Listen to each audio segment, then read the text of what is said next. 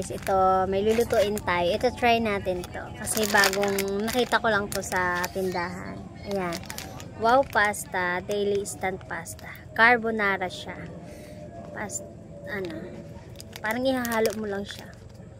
Maliit lang siya, unti lang. Unting ano lang siya. Tapos, merong instruction dito sa likod. Babasahin na lang natin. Para masunod natin. Okay?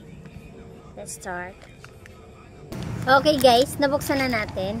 Ganito lang siya karami. Pang isang serve lang talaga siya. Ganyan lang siya. Fairness, hindi siya opo. Hindi siya, ay! May nalaglag na. Hindi siya durog.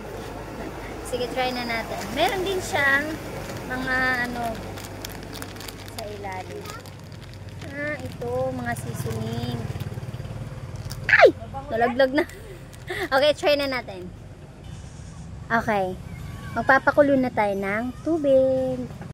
Okay guys, may batang natatakam na. Sorry guys. Ngayon ko lang nakita yung pang toppings. Ito, tatlo pala siya dapat. Tatlong ilalagay. Wait, antayin na lang natin kumulo ang tubig ko. Ayan, habang nagpapakulo tayo ng tubig, ilalagay na natin ang pasta. Yan, ilalagay na natin ang pasta. Hinati ko lang sa gitna, hindi kasya eh.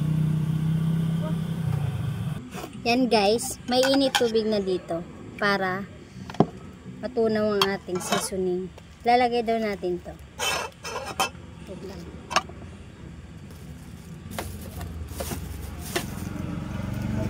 Yan, ilalagay daw natin sa mainit na tubig ang dalawang sangkap na to.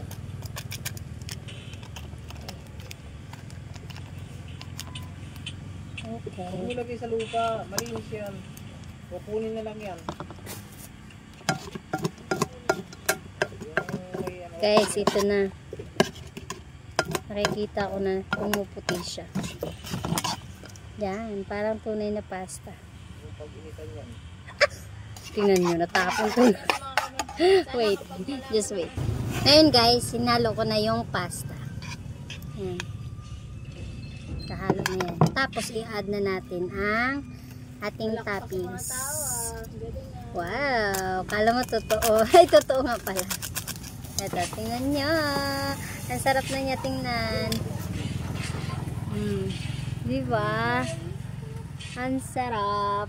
Okay. Taste. Try na natin. Titikman na natin kung masarap talaga ang pasta nila. Kaso nadamihan ko ng sauce ay sabaw. Okay lang. Okay? Nadamihan ko ng sabaw.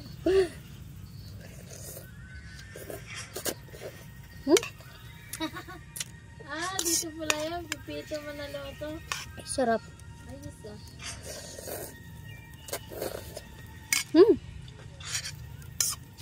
Kasunti lang siya. Pang isang tao lang. Okay.